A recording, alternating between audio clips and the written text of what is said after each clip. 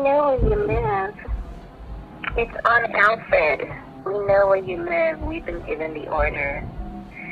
And so be careful when you're taking a shower or sleeping, because we're going to come and get you. You're next, bird.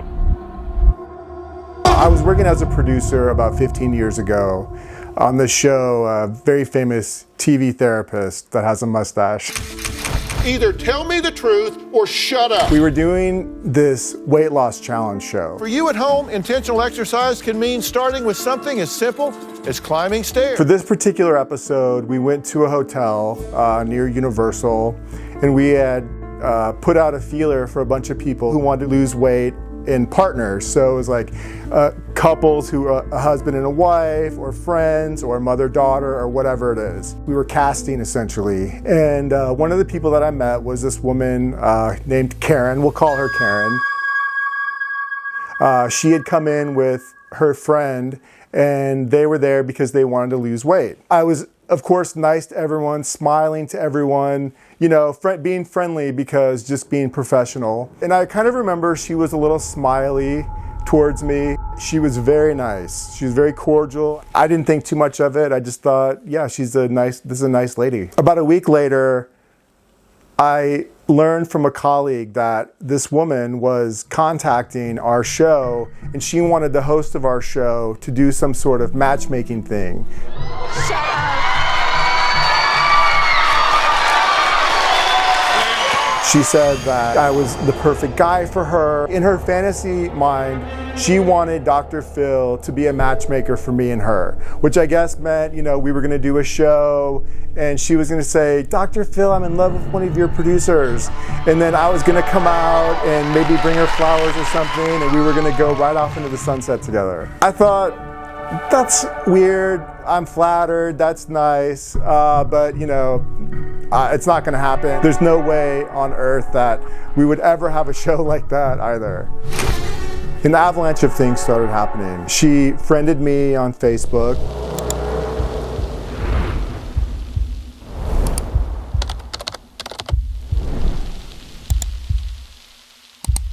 She friended many of my friends. At that time, I had a weekly poker game, and it was probably about 20 people that were there. She had friended almost all of them. I was just like, wow. I knew that she had been doing it already because a couple other people had sent me messages, because in addition to her messaging me on Facebook, she also messaged friends, and she was like, hey, I'm really into this guy, Matt. I think you might know him, you might be friends with him. Can you tell me about him? What's his story? What's his backstory? Is he available? That sort of thing.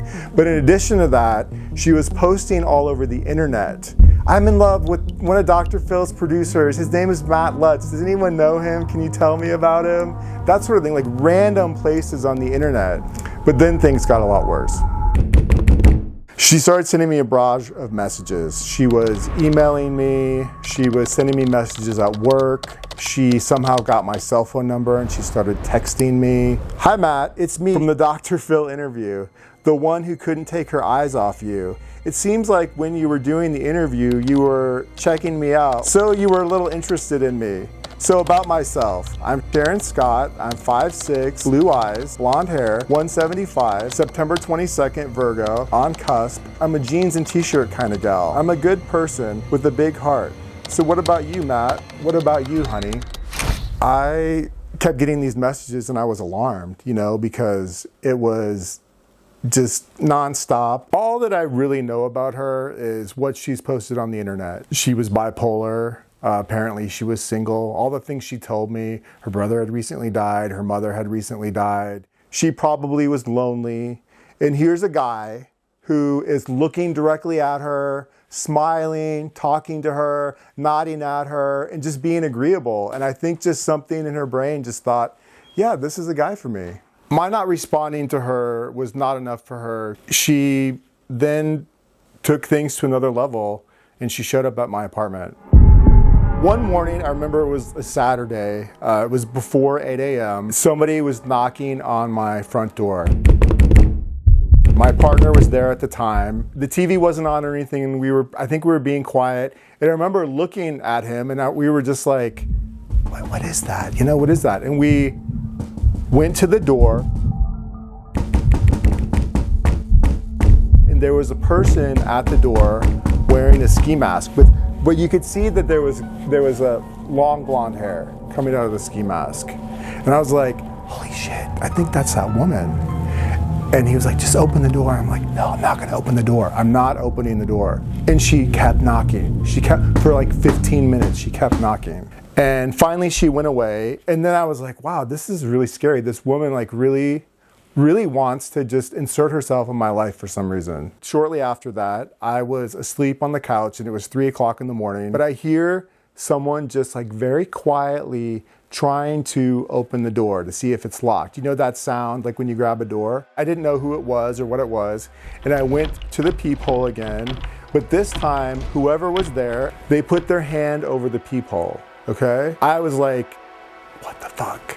And I'm looking, and I can't see out because the hand is over the peephole. I went back into my bedroom and I called the cops, and about 15 minutes later, the cops showed up, and I'm like back in my bedroom whispering, you know, there's somebody at my door and they're covering up the peephole. They said, the cops are out front, can you go see if she's still there or if that person's still there? And they said the cops can't come up unless that person goes away because it could be dangerous for the cops. And so I yelled to the person, I said, the cops are coming right now, please leave. And then they left after that. When that happened, I thought, who else could this be? I mean, I now know she knows where I live. The scariest thing that happened was one evening I was doing laundry and my neighbor came up to me. She said, there's a fire in the laundry room. Holy shit. I was like, I wonder if did I start a fire? Did my laundry catch on fire or something?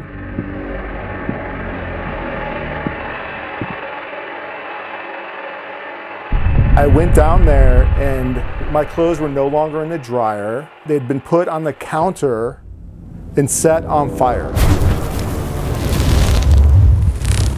Why would someone set my clothes on fire? The reason I think it was her is because the day before, I see someone driving slowly down my street in a white sedan. Right here is where it happened. I was just walking my dog and I looked over and there she was, just driving by. And she rolls down the window, but she doesn't stop completely. She rolls down the window and she said something about fireworks. But all that I could hear her say was something fireworks or something. And I was like, what is she talking about? This lady, she lived in Fontana at that point. So she had driven, I guess, an hour from Fontana to where I live and was there again, just outside my apartment, stalking me. Sharon from Fontana saying hi and would like to stop by and see you soon. Dr. Phil, an ultimate weight loss challenge, remember? I'm going to stop by and burn your clothes. Do you mind? Shortly after the laundry incident, I went to the police and I filed a police report. The police were not helpful at all. They basically just dismissed it and said that nothing that had happened was actionable. And I was like, yeah, but somebody burned my clothes. And they've come to my door and I feel like I'm under threat, and they did nothing about it. I really did feel like maybe my life is under threat, and I felt like there was nothing I could do but protect myself. We know where you live. We've been given the order because we're going to come and get you. Your next birth. Regardless if it was her, it's like somebody's out there sending me a threatening voicemail. Why? And so be careful when you're taking a shower or sleeping because we're going to come and get you. I was so frightened. And I'm a big guy, I can take care of myself. I had a bat under my bed. She was posting on the internet that she was bipolar. I don't know what all that entails. I didn't know to what lengths she would go. Her messages started trickling off eventually. There were fewer and fewer. Maybe I'd get one a year. And finally, she sent me another email. I finally wrote her back and said, hey, I'm sorry. I think there's been a misunderstanding. I appreciate your interest in me, but I'm gay. I've been in a relationship for a while. I wish you the best. Thanks. Good luck. And I never heard from her again. I remember at that time, I always was kind of keeping an eye out for her because I didn't know. She knew where I worked, she knew where I lived, she had my phone number, she apparently knew who my friends were. And so I was always kind of like keeping an eye out for, you know, a 5'6" blonde woman, you know, and it was very scary. You know, when I went to bed at night, I made sure that the bat was under the bed. I paid attention when I was outside because I didn't want anyone creeping up on me because I knew that she might be outside watching. And at that time too, I had a dog that I walked, you know, 4 times a day. It's a prime opportunity for her. If she's really obsessed with me, which it seemed like she was, it's a great opportunity for her to see me. You know, I have to walk my dog every day. Well, there I am. You know, she can watch me. And I don't know for sure, but I would bet that she probably did that.